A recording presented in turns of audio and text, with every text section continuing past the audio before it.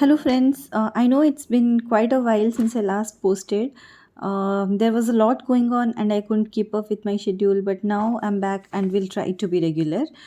I thank you all so much. Many of you inquired about my well being in this time, and I really appreciate all of your care and support. Let's get to the video. This is a Carecollab video with many other channels. I have the whole list in the description along with their links. All growers from various parts of the world post on the same day so that you get a ton of information all together. And just make sure to check all their videos as well. I'm sure you will definitely find something that will benefit you. Ninja Orchids is actually the mastermind behind this Care Collab concept. There she orchestrates everything. So a big shout out to her. Do check out her channel and all the channels that I have provided in the description. Today we'll be discussing about big Vanda orchids care in general. Vandas are quite hardy compared to some other orchids, so I feel they are good option for beginners. We just have to keep in mind a few things and we can grow them successfully. I live in Bhubaneswar, a city in eastern part of India. Our climate is proper tropical, hot and humid type of climate. Summers are extremely hot with low pressure rains every now and then, and winters are quite mild. Vanda orchids, they seem to like this type of climate. I grow mine on my terrace under the shade net. This is a temporary setup actually. We recently moved to this place and I'm planning to get a permanent shade house built in another few weeks. So they get a good amount of morning sunlight from the eastern side up until 10-11 a.m. and from the western side again from 3:30 p.m. onwards. And during the hottest part of the day, that is during the noon, the orchids are protected by this overhead shade net and the shadow of the wall from behind. Vandas can also be grown outdoors. Basically, you have to just keep an eye on the signs of heat stress like yellowing of leaves or sunburn patches like this, or overall poor growth. And if the orchid is extremely dehydrated, if the roots are not growing, if the leaves are wrinkly, that's an indication that the orchid may be receiving too much sun. They can be grown bare rooted in hanging baskets like these, and some even can be grown in potted conditions. I have a few mokaras potted in terracotta pots and charcoal pieces this way, but most of my vandas are simply hanging bare rooted in these small plastic baskets.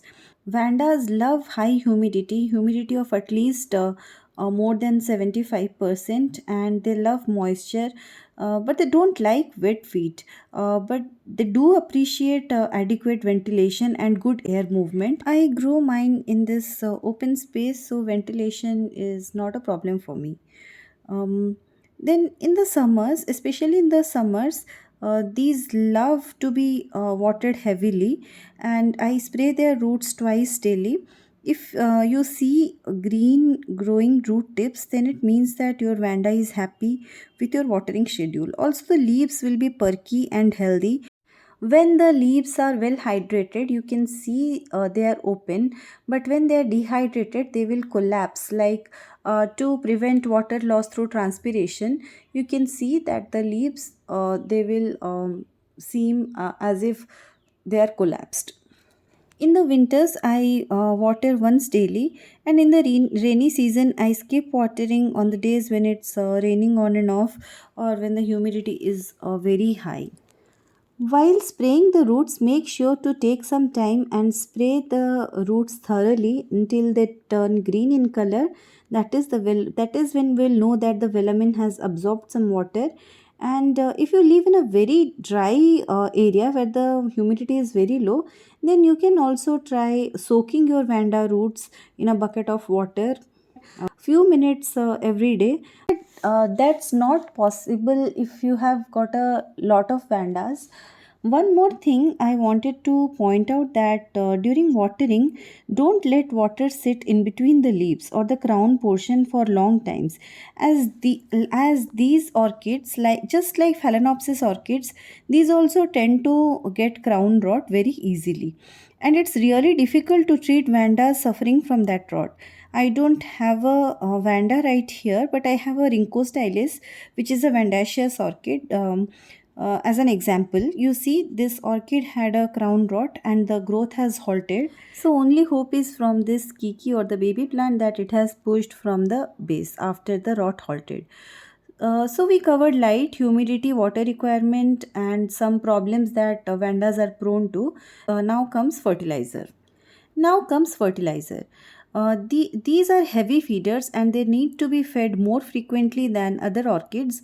They grow and bloom all around the year, so you can fertilize them all around the year. If your winters are very harsh and the growth rate is very slow, then you can reduce the frequency of watering during the winters a little. I have been quite neglectful with fertilizer application for past 6-7 months, I think. So you can see that clearly I don't have a lot of Vandas blooming right now.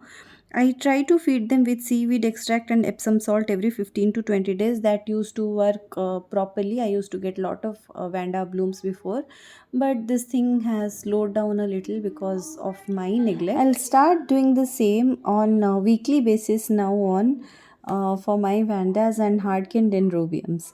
You can give them any well balanced fertilizer like NPK 20-20-20, or if you like, you can give any organic fertilizer like seaweed extract and all. There are a few things that we need to keep in mind while applying fertilizers also, that the fertilizer is diluted properly and like we are giving in the proper proportion. We have to water first, we have to wet the roots and then apply the fertilizer, because if we apply the fertilizer straight away, then it may cause root tip burns like this. So that's all, friends. I think we have covered a lot about Vanda orchid care, be it a big Vanda or a compact Vanda. The care is pretty much the same. Very bright light. You can go like optimal light that your Vanda can tolerate without showing any signs of stress. Then high humidity, heavy watering, heavy feeding, providing good ventilation, good air movement to avoid any pests and diseases. So that's all, friends. I hope you like this video, and do check out the other Carecollab videos on big Vanda orchid care. I'm sure you will find lots of interesting information. Thanks for watching. Bye bye.